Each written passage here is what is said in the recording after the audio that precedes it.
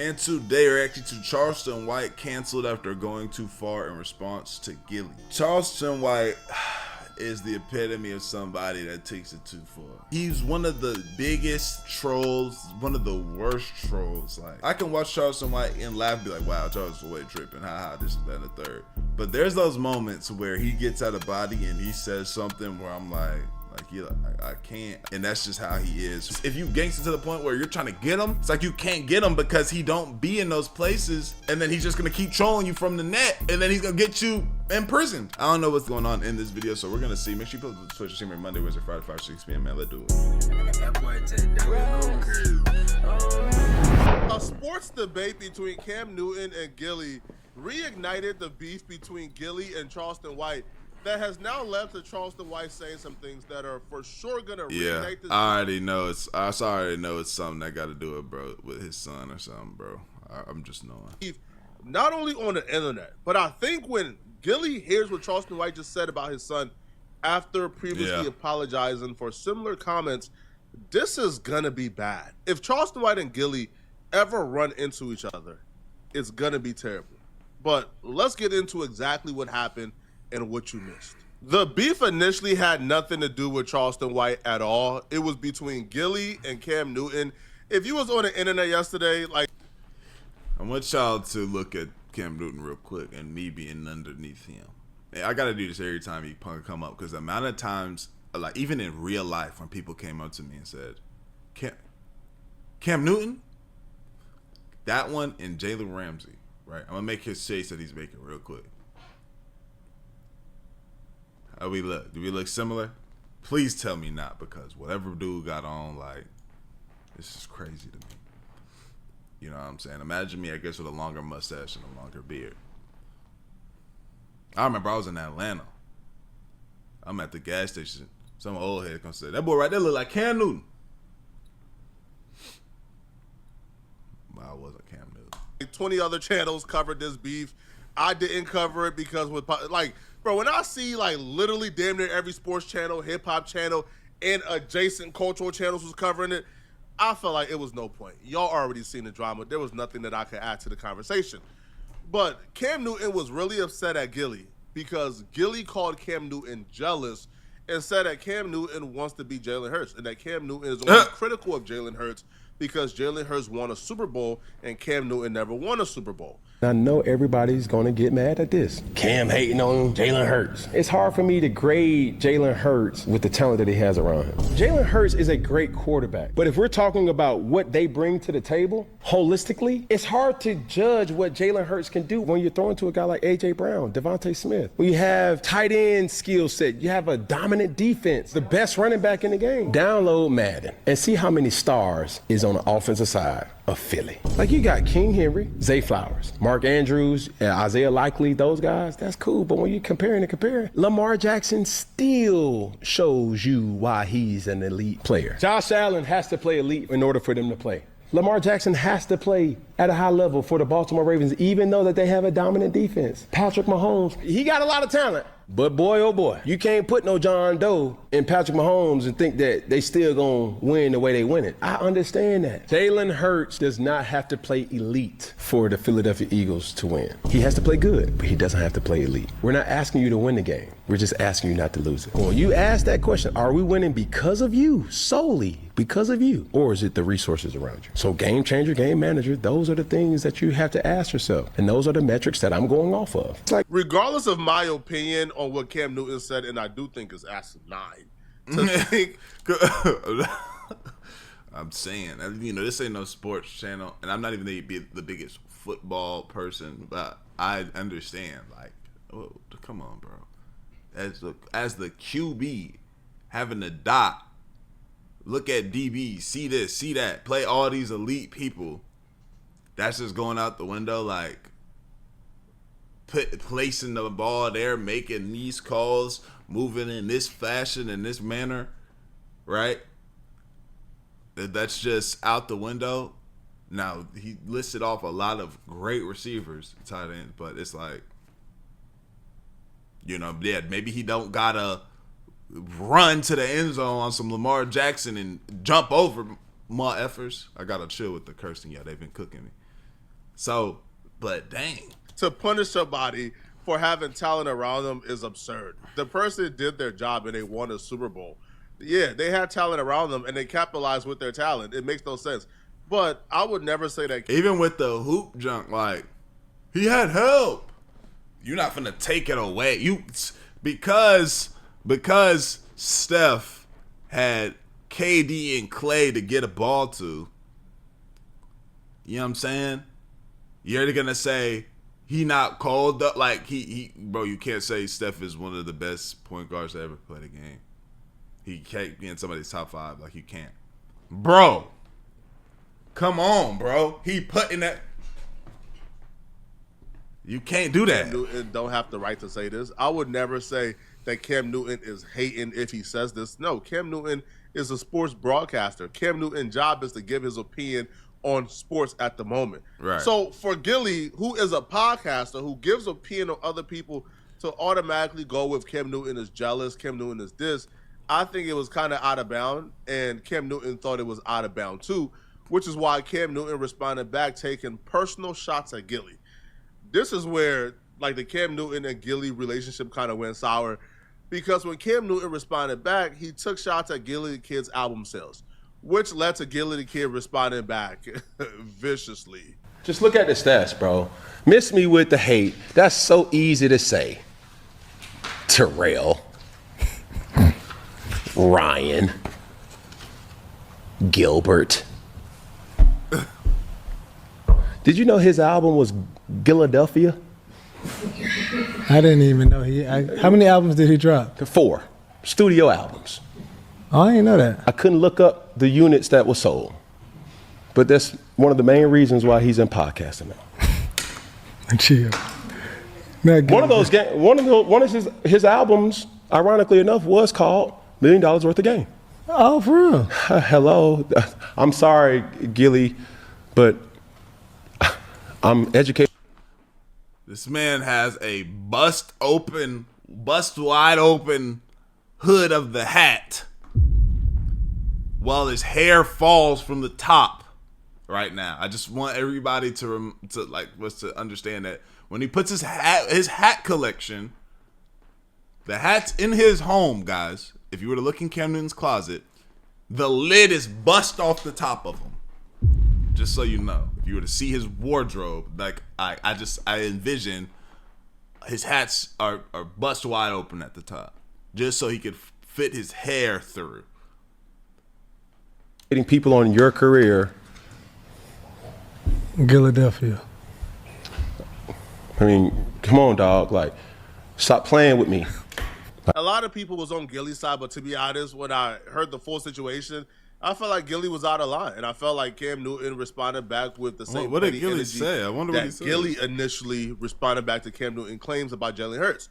The conversation was about Jalen Hurts. Gilly made it about Cam Newton, so Cam responded back, making it about Gilly. Now, when Gilly responded back to Cam Newton, Gilly tore Cam Newton a new one. Gilly went. Gilly is a professional roaster, so he went crazy. But in his response, he also took shots at Charleston White by criticizing Cam Newton for being too thirsty in his podcast space and interviewing Charleston White. He would refer to Charleston White as a clown or joker or one of those names. Good day, Cam Newton. I seen you came at me because I said Jalen Hurts did what you couldn't do. That was win a Super Bowl. So you want to get all in your feelings. Man, shut your tight jean wearing ass up, man. Nigga, you had on a jersey with a bow tie, you corny ass. Get out of here. Oh my gosh. That's enough. Like, when you wear obscene garments, your whole wardrobe can get attacked, bro. Nigga, you will never be able to fuck Jalen Hurts, nigga. You super goofy, corny ass nigga. Get out of here, nigga. What you do? You won MVP, won a Super Bowl MVP. And you hating on him. Cause he did what you couldn't do, nigga. Win a Super Bowl. And he been to 2 of them. So when you hating on him, nigga, just know you wasn't better than him, nigga. You talking about, can you name one of my albums, nigga? You ain't gotta be able to name one of my albums, nigga. wrong with you? You in my space. You ain't bigger than me in this space, nigga. You a low ass boy in this. In this podcast, I'm that. In this podcast, okay, pop your shit then. Space, nigga. You low ass boy. I can come sign you, nigga. You low ass boy. You talking about? The nigga don't ever hate on Jalen Hurts, nigga. I know it hurts your feelings that you wasn't Jalen. You're non-Super Bowl having ass. And let's be for real. You out here clout chasing, man. You interviewed a nigga on your platform who ain't nobody, and he got on there and talked about Deion Sanders, Beyonce, Jay-Z, a bunch of them. Come on, man. You a Pro Bowler, man. You made millions of dollars, man. That's the type of content you chasing, man. Get your goofy ass out of here, Cam. I heard Nori say something similar where he was like, yo, the only podcast that matter is Drink Champs, $1 million worth of game, and the Joe Budden podcast. I don't know, like, where... Now, those are big podcasts. Joe Budden podcast is huge. Like, you know, Drink Champs is huge. $1 million worth of games is a big podcast in the culture. But I don't know where they go thinking, like, they're the big three of all podcasts. That's just... Yeah. Now, hold on. Because the white man, Joe Rogan, will... There's a few other white men, too. I forgot one of them that Don used to listen to. Whenever we were living in L.A., he would listen to dude. But Joe Rogan, though, stepping his... Excuse me, everybody watch out. That's just not true. Like, Spotify, take off all the rest of their podcasts. I'm the one. At all. Joe Rogan and Club Shay Shay is bigger. Now, for $1 million worth of game, I'll be real. The Cam Newton podcast outperforms $1 million worth of game in terms of views. If we're talking about the last year. So I don't know where Gilly goes telling Cam Newton that he's big dog in this space. I wouldn't know. Cam Newton, to be honest, as a broadcaster, as a podcaster, he's on ESPN. He has one channel that's like 1 million plus. Bro, he has multiple interviews with like 2 million plus. The Charleston White interview did 11 million. He has another YouTube channel where he has a podcast there. That does amazing. So I don't know where Gilly goes thinking that Cam Newton is a little dog in this space. I just don't know. But when he tells Cam Newton, man, you're a Pro Bowler, but you interviewing nobodies to talk about it, he's talking about Charleston White, and Charleston White peeped too. So Charleston White responded back to Gilly, and here's what Charleston White had to say. Yo, boy, we're playing gangster. Look at him. Got a tag on the toe. My boy.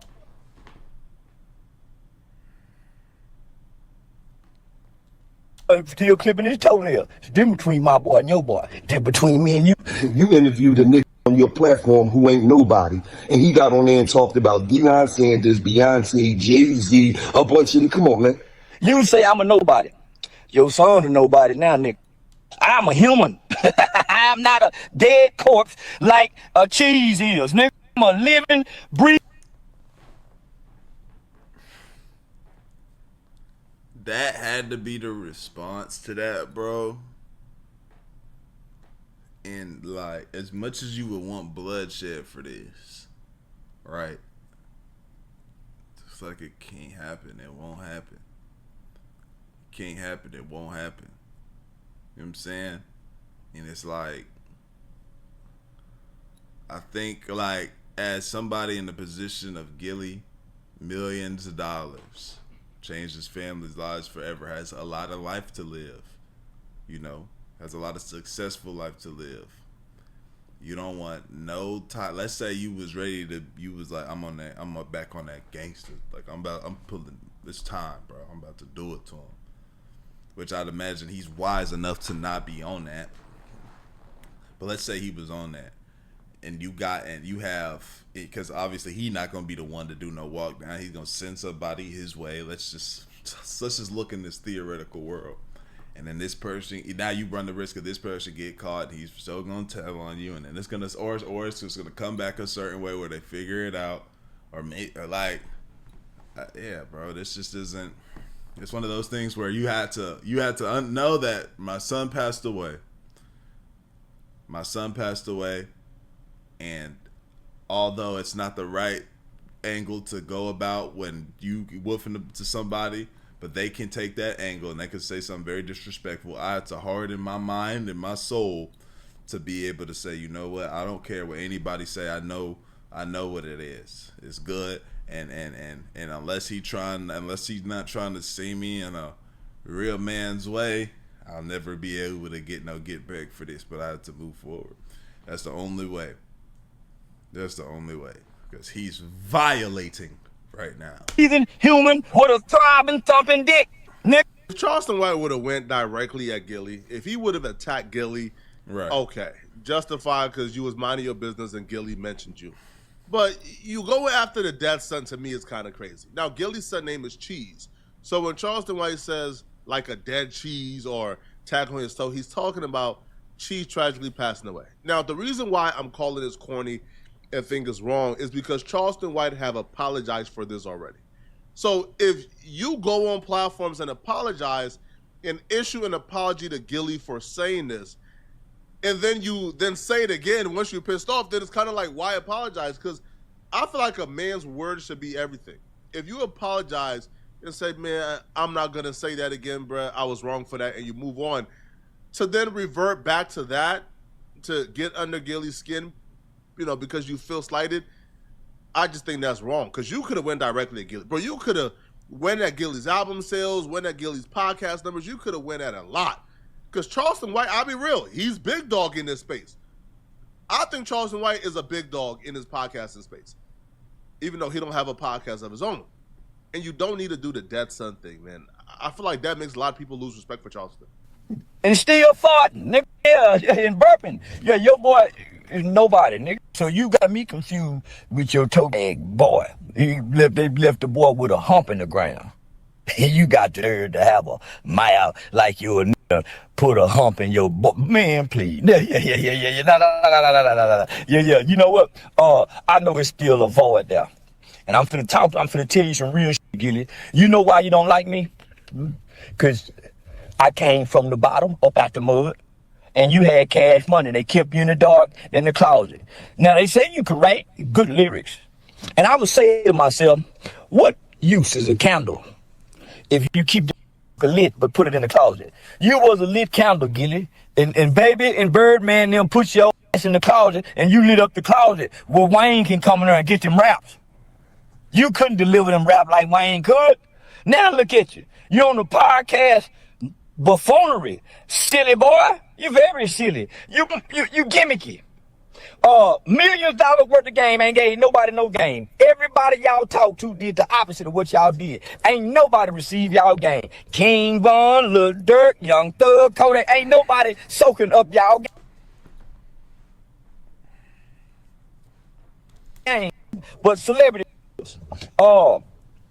Yeah. I still remember that look on your face, boy, when you came to the internet. Boy, I remember how them tears look rolling down your face with no hair on it. Yeah, I remember. I'm talking about, I remember. I remember. But you know what? This nigga's blacking, bro. I don't even know what to say. He's just violating shit. He's just violating shit, bro. He's blacking right now. Nigga, what's bothering you? You got a pain that won't go away. Oh, man, they say it ain't nothing like a parent who have to bury a child. They say it's nothing like that pain. I ain't got that pain. You wake up with a pain I never have. Say, and I laugh like not in the beginning. I showed you some compassion because I was thinking, man, what if that was my boy? Thought that when I had compassion for you. But when I got mad at you, you know what I told you? I answered myself that question. Man, what if it was your boy? So, fuck that nigga son. It ain't my boy. Better heels than mine. I laugh like a mama. I came to be mean on it. Yeah, better your son than mine, my nigga. I promise. Yeah. Better your boy than my nigga. But I had asked myself, man, what if that was your son, homie? You a snitch? I'm a snitching nigga. I ain't the only thing I am, nigga. You think that define me? It don't put money, it don't stop money. You know I'm still pussy. Woody still pussy. T.I. still pussy. Being a snitch don't, nigga, it's only mean something to you. Nobody care. at this age of life. Yeah, I know. Charleston White said something in that rant. Bro, he sound like the Joker. Like, he sound evil. The laugh, the remarks. Nigga said, better your son than mine. These things, like, you know, apparently Charleston White has done a lot of good things for the community. Apparently, he used to be, like, very much so, you know, black people, da-da-da, for the this, that, and the third. It wasn't, like, but apparently he didn't start getting heard until he started doing what he's doing. And he's right about that snitching thing. That don't matter these days, bro. It don't matter. 6ix9ine just missed the deadline. He says, well, it'll never be me. And that's my thing, bro. The world is so crazy. You don't know that, bro. The world is so crazy, bro. Yo, you could have the most perfect kid in the world, bro. Your kid could be the next Martin Luther King Jr. I don't want to put that on this nigga's child. So it could happen to all of them, because apparently Gilly's kid was at the wrong place, the wrong time. The hit wasn't meant for Gilly Kid. They were just coming back to shoot up the block, and Gilly Kid was on the block. So he passed away. So, bro, what happened to Gilly Kid could happen to almost any one of us. So I wouldn't wish this on my worst.